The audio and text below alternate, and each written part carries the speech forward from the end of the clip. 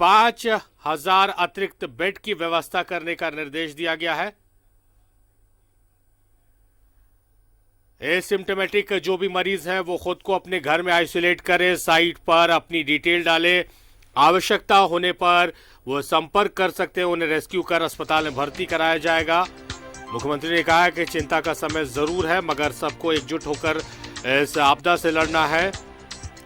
अगर आगे हालात इसी तरह रहे, लोग अगर सरकार के गाइडलाइंस का पालन नहीं करते, नियमों का पालन नहीं करते हैं, तो सरकार कड़ा निर्णय ले सकती है, संकेत दे दिए मुख्यमंत्री ने।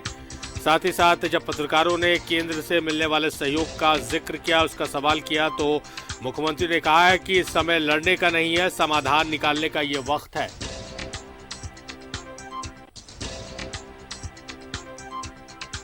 तो मुख्यमंत्री हेमंत सोरेन की बैठक, आज हेमंत सोरेन की अध्यक्षता में बैठक हुई आपदा प्रबंधन विभाग की, और इसमें स्वास्थ्य मंत्री, स्वास्थ्य सचिव, आपदा प्रबंधन सचिव मौजूद रहे। इस बैठक के बाद मुख्यमंत्री ने मीडिया को जो जानकारी दी है, मीडिया के साथ जो जानकारी साझा की है, मीडिया के मार्फत जनता तक जो संदेश पहुंचाने की कोशिश की गई है, वो ये है कि हालात को देखकर ये आज जो निर्देश मुख्यमंत्री ने दिए वो हालात को देखकर, हालात का आकलन कर दिया गया है। 5,000 अतिरिक्त बेड की व्यवस्था करने का निर्देश दे दिया गया है। साथ ही साथ जिनको माइनर सिम्टम्स है, जिन्हें एसिम्टोमेटिक कहा जाता है, अगर ऐसे कोई मरीज है तो वो अपने घर में खुद को आइसोलेट करें और अपनी सारी जानकारियां साइट्स पर अपलोड करें, और अगर इस दरमियान उनकी तबीयत बिगड़ती है या फिर उनमें कोविड के लक्षण आते हैं तो विभाग उनको रेस्क्यू कराकर अस्पताल पहुंचाएगा। ये विभाग की जिम्मेदारी होगी। चिंता का विषय जरूर है, मगर सबको एकजुट होकर, जागरूक होकर इस कोरोना नामी शत्रु से लड़ना है, ये मुख्यमंत्री का संदेश है। आगे अगर हालात इसी तरह रहे, अगर हम और आप जागरूक नहीं हुए, सावधानी हमने नहीं बरती, तो सरकार कड़ा निर्णय ले सकती है। साफ संदेश और संकेत मुख्यमंत्री हेमंत सोरेन का। जब पत्रकारों ने केंद्र के द्वारा मिलने वाली मदद का जिक्र किया, कोरोना का टीका समाप्त होने के कगार पर पहुंच चुका है, इस सवाल के जवाब में मुख्यमंत्री ने कहा है कि समय लड़ने का नहीं है, समाधान निकालने का यह वक्त है।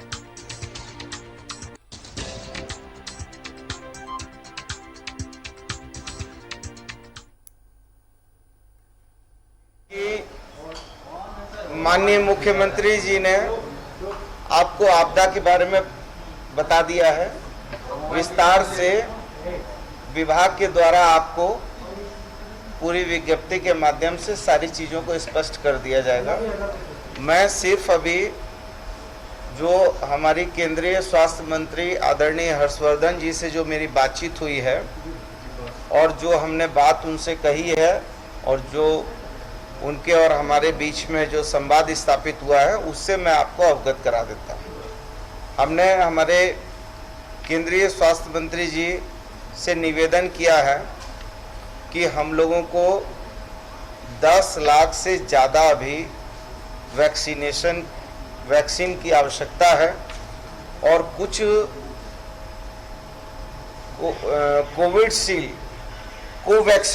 कोवैक्सीन जो है वो 41,000 का हमारा टारगेट था, जिसमें हमने 22,000 दिया है, और जो 10 अप्रैल तक उसको सेकेंड डोज देना है, तो वो तो तत्काल हम लोगों को दे दिया जाए, नहीं तो हमारा जो है सेकेंड डोज का जो समय है वो समाप्त हो जाएगा। इसके चलते हमको जो हमने वैक्सीनेशन जिन लोगों को किया है उसका वैक्सीनेशन लैप्स हो जाएगा। दूसरा है कि हमने कहा है कि 10 लाख से ज़्यादा अभी हम लोगों को आवश्यकता है, लेकिन अभी एक किस्त में 10 लाख वैक्सीन भेजने की कृपा की जाए। उन्होंने इसमें सहमति तो दी है और हम लोग आशान्वित हैं कि जल्दी हमको मिलेगा, लेकिन अभी हमारे पास 1.25 लाख के आसपास वैक्सीन हैं, जो हम उससे अभी तत्काल काम चला रहे हैं। दूसरा, हमने केंद्रीय स्वास्थ्य मंत्री जी से निवेदन किया है कि हमारे 4 ऐसे अस्पताल हैं जहां पर ऑक्सीजन के लिए हमने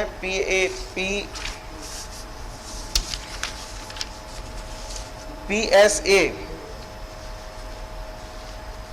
ऑक्सीजन का जो एक मानक होता है वो हम लोगों ने दे दिया है। सो जल्दी वो विभाग के अधिकारियों को निर्देशित करें ताकि वो 4 हमारे अस्पताल हैं उसमें जो है ये ऑक्सीजन का काम पूरा हो सके। दूसरा है कि एक हमारा रेमडेसिविर करके एक दवाई है जिसकी 5000 डोज की आवश्यकता है झारखंड को। हमने प्रार्थना किया कि वो 5000 डोज हमको जो एजेंसी बेचती है उसको निर्देश दिया जाए कि वो हम लोगों को वो कॉस्ट लेके हमको दे दे, लेकिन उसकी कालाबाजारी हो रही है और उसके कारण जो है उसके मूल्य में अगाध वृद्धि करके लोग कालाबाजारी कर रहे हैं, इसलिए उसको रोकने की आवश्यकता है और हमको वो सुविधा उपलब्ध कराई जाए। तीसरी है कि जेनो 76 करके हमने 52 लोगों का उड़ीसा राज्य को नमूना भेजा है, जिसका अभी तक एक भी आदमी का रिपोर्ट हमको नहीं मिला है कि ये जो बीमारी है इसका जेनेटिक कहाँ से है। तो जब तक उसकी हमको जो है उस नमूने हमने भेजे हैं उसकी यदि जब तक जांच रिपोर्ट हमको नहीं आएगी तब तक इलाज में जो ऑथेंटिक तरीके से इलाज करना है उसमें कहीं ना कहीं कमी आ रही है। तो ये भी हमने केंद्रीय स्वास्थ्य मंत्री जी से इसके लिए प्रार्थना किया है, ठीक है। और साथ में हमने उनसे प्रार्थना किया है कि चूंकि ये ट्राइबल स्टेट है और इसमें विशेष आपकी सहायता की आवश्यकता है, तो चूंकि अचानक जो है कोरोना जो है पूरे देश के कई राज्यों में बढ़ रहा है और उसी के तरह झारखंड में भी अचानक जो है कोरोना ने फिर से दूसरे चक्र का दस्तक दिया है। तो हमको जो है चाहे वो सैनिटाइजर हो, मास्क हो, उससे संबंधित दवाइयाँ हो, वेंटिलेटर है और भी जो सामग्रियां हैं वो हमको उपलब्ध कराई जाए। इन विषय पर आज उनसे बहुत लंबी चर्चा हुई है जिसकी मैंने आपको जानकारी दी है। सर एक चीज बताइए ना, कोचिंग को लेकर क्या कुछ फैसला लिया? लोग पूछ रहे हैं ये चीज क्या चीज? स्कूल कॉलेज से तो आया है लेकिन कोचिंग संस्थान क्या खुले रहेंगे या फिर बंद रहेंगे? नहीं, अभी देखिए, अभी माननीय मुख्यमंत्री जी ने आपको बहुत चीज़ों को बता दिया है। अभी तत्काल हम लोग कुछ ही जिलों में ही कुछ एक जिले ऐसे हैं जिसमें अचानक जो है ये कोरोना का चक्र बढ़ा है, तो उसके लिए हम लोगों ने रात 8 बजे जितनी भी दुकान संस्थाएं हैं वो 8 बजे से सुबह 6 बजे तक बंद रहेंगी। ये कुछ जिलों की बात कर रहे हैं? 5 जिलों के लिए। कौन सा है ये भी बता दीजिए। उसमें 5 जिले हैं, रांची है, धनबाद है, जमशेदपुर है, आपको बोकारो है, पता नहीं अब 5 जिले जो हैं उसमें देख के आपको बताना हो, लेकिन 5 जिले हैं उसमें। और उसमें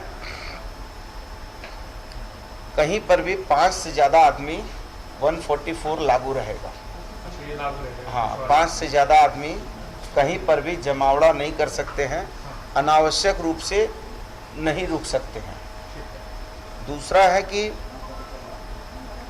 जो पार्क हैं, जिम खाना है, स्पोर्ट्स के सेंटर हैं, केवल वही चालू रहेंगे जो हमारे ऐसे खिलाड़ी हैं जो अंतर्राष्ट्रीय स्तर के हैं या राष्ट्रीय स्तर के हैं या उनको बहुत ज़रूरी है। कॉमन मैन के लिए नहीं, कॉमन मैन के लिए वो नहीं रहेगा, ठीक है। और पार्क वगैरह शादी के लिए और श्राद्ध के लिए 50 लोग और शादी के लिए 200 लोग ही जो हैं किसी भी कार्यक्रम में अधिकृत होंगे। ऐसे अब विभाग पूरा आपको जानकारी देगा। इस कॉलेज खुले रहेंगे हाँ। लेकिन स्कूल पर जो जहां अभी एग्जाम होने का है वो एग्जाम होंगे। ठीक है, धन्यवाद। तो जिस बात की चर्चा हम कर रहे थे, जो न्यूज़ 11 भारत लगातार कह रहा था, बैठक के अंदर से जो खबर आई है उस खबर पर स्वास्थ्य मंत्री के बयान ने मुहर लगा दी है। 5 जिले रांची, जमशेदपुर, धनबाद, बोकारो में 8 बजे से सुबह 6 बजे तक दुकान प्रतिष्ठान बंद रहेंगे।